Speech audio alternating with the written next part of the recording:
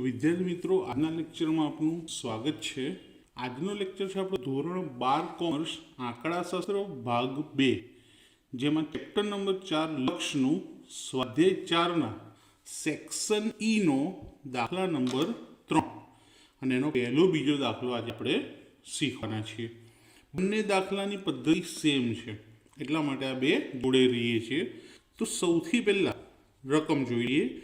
Limit h tends to 0 બ્રેકેટમાં x plus h ની 7 ઘાત ઓછા x ની 7 ઘાત અને છેદમાં h। હવે અહીંયા કૌંસની બહાર કેટલી ઘાત આપી છે? 7। હવે આપણને વિસ્તરણ આવડતું હોય તો વિસ્તરણ આપણે 2 ઘાત અથવા તો 3 ઘાત સુધીનું જ આવડે। 4, 5, 6 કે એનાથી વધુ ઘાતનું વિસ્તરણ આવડતું નથી। તો આ દાખલાની અંદર અવયવનો ઉપયોગ થશે નહીં। અહીંયા ધારવું પડશે કે ધારો કે બ્રેકેટમાં જે સંખ્યા છે એને ટી ધારી લેવાનું। ધારો કે ટી બરાબર એક્સ પ્લસ એચ। શું ધારી લેવાની? આ સંખ્યાને ટી ધારી લેવાની જ્યારે વિસ્તરણ ના થતું હોય ત્યારે। હવે એચ ટેન્ડ્સ ટુ કેટલા છે?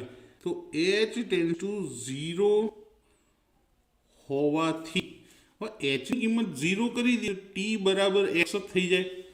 તો ટી ટેન્ડ્સ ટુ એક્સ શું થઈ જશે? T tends to x. કેમ? કારણ કે એચ ટેન્ડ્સ ટુ શું છે? 0। બીજી વાત કે અહીંયા છેદમાં એચ છે, તો આ જ્યારે ટી બરાબર એક્સ પ્લસ એચ લખ્યા એમાં એચની કિંમત જોઈતી હોય તો એક્સને ડાબી બાજુ લઈ જવું પડે। કોની સાથે? ટી સાથે। તો ટી માઇનસ એક્સ બરાબર એચ, એટલે કે એચની કિંમત શું મળી? T minus x. આ બધી કિંમતો આપણે હવે દાખલાની અંદર મૂકી અને ગણતરી કરીએ। તો સૌથી પહેલાં તો લિમિટ બદલાઈ જશે। એચ ટેન્ડ્સ ટુ 0 હતા એના બદલે હવે શું આવી જશે? T tends to X. X plus એચની જગ્યાએ શું લખવું પડશે? ટી લખવો પડશે। ટીની 7 ઘાત, ટીની 7 ઘાત ઓછા એક્સની 7 ઘાત જેમ છે એમની એમ લખી દઈએ છેદમાં એચની જગ્યાએ શું હશે? તો એચની કિંમત પણ આપણે શોધી રાખી જોઈએ। શું છે? T minus x. તો ટી માઇનસ એક્સ। હવે દાખલો એકદમ સિમ્પલ થઈ ગયો।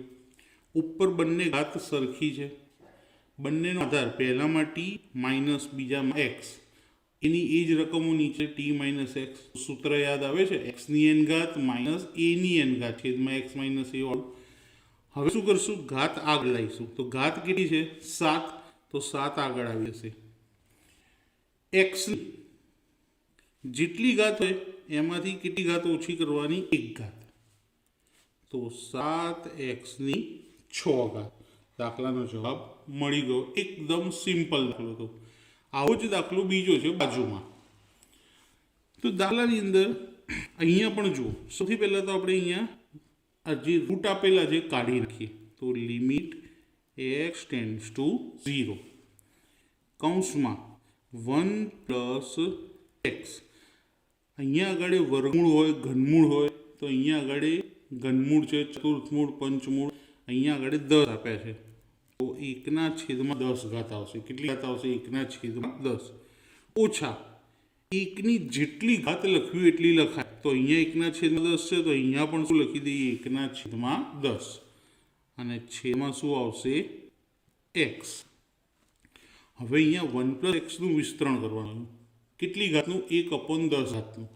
આવડતું નથી તો ટી ધારી લઈશું। તો ધારો કે ટી બરાબર 1 પ્લસ એક્સ। હવે ટી ટેન્ડ્સ ટુ શું છે? 0। તો T tends to x tends to 0 છે। એક્સ ટેન્ડ્સ ટુ 0 હોવાથી એક્સની કિંમત તો 0 છે, એક્સ ટેન્ડ્સ ટુ 0 એટલે તો અહીંયા 0 થઈ જાય તો ટી ટેન્ડ્સ ટુ શું મળશે આપણને? 1। ટી ટેન્ડ્સ ટુ 1 મળે। જેમ અહીંયા ટી ટેન્ડ્સ ટુ એક્સ મળ્યા હતા, અહીંયા શું મળ્યું? ટી ટેન્ડ્સ ટુ 1, કારણ કે એક્સ 0 આવ્યા છે। ત્યારબાદ બીજું કે છેદમાં એક્સ છે, તો આ એક્સની કિંમત શોધવી હોય તો 1 ને ટીની સાથે લઈ જાઓ ડાબી બાજુ, તો પ્લસ છે તો શું થઈ જાય? માઇનસ। તો ટી માઇનસ 1 બરાબર એક્સ. ચલો હવે કિંમત મૂકીએ આપણે કે લિમિટ હવે શું લખવાની? T tends two 1. અહીંયા જે રકમ છે 1 પ્લસ એક્સ, તો 1 પ્લસ એક્સને આપણે શું ધાર્યું છે? ટી ધાર્યા છે, તો ટી. અને એની ઘાત કેટલી છે? 1/10 ઓછા 1/10 એ જેમ છે એમનું એમ 1/10. અને એની નીચે એક્સ. તો આ એક્સની કિંમત પણ આપણે શોધી જુઓ. એક્સ બરાબર શું છે? T minus 1. તો હવે ફરી પેલું સૂત્ર એપ્લાય કરીશું, એક્સની અનઘાત માઇનસ એની અનઘાત અપોન એક્સ માઇનસ એ વાળું. શું કરશું? ઘાત આગળ આવી જશે. તો ઘાત કેટલી છે? 1/10. બીજી સંખ્યા અહીંયા શું છે? 1. તો 1/10 એમાંથી 1 શું કરવો પડશે? બાદ. ઘાત આગળ આવી જાય ને એમાંથી 1 બાદ કરી દઈએ. તો 1/10. હવે આની બાદબાકી કરવાની જરૂર નથી. કેમ? એકની ગમે તેટલી ઘાત હોય, જવાબ કેવો મળશે આપણને? એક જ મળશે. એકની ગમે તેટલી ઘાત હોય, જો 10 એકા 10, 1માંથી 10 જાય તો -9, છેદમાં લઈ જઈએ તો પ્લસ થઈ જાય, પણ રહેવાના તો એકલા એક જ, તો ખાલી 1. તો એકની ઉપર ગમે તેટલી ઘાત હોય, કશું જ નહીં વિચારવાનું, શું લખી દેવાનું? 1. 1 એકા 1 છેદમાં 10. એકદમ સિમ્પલ દાખલા હતા બંને, પણ બંને દાખલા એવું કહી શકાય કે આઈએમપી છે. ખૂબ નાના દાખલા છે, પણ જો આ દાખલો પૂછાય તો ઘણા બધા વિદ્યાર્થી મિત્રોને નથી આવડતો હતો. જેથી આ દાખલો 2 વાર શીખજો અને 2 વાર ગણજો, જેથી પાક્કા આવડી જાય. નેક્સ્ટ લેક્ચરમાં આવા બીજા દાખલા જોઈશું. ત્યાં સુધી આ 2 કમ્પ્લીટ કરી દો. તો વિડીયો પસંદ આવે તો લાઈક કરજો. તમારા ફ્રેન્ડ સર્કલમાં મિત્રોને બને એટલો વધારે શેર કરજો, જેથી વધારે વ્યૂ મળે, જેથી મને નવા વિડીયો બનાવવાની આગળ પ્રોત્સાહન મળે. અને ચેનલને સબસ્ક્રાઈબ કરવાનું ભૂલતા નહીં. Thank you.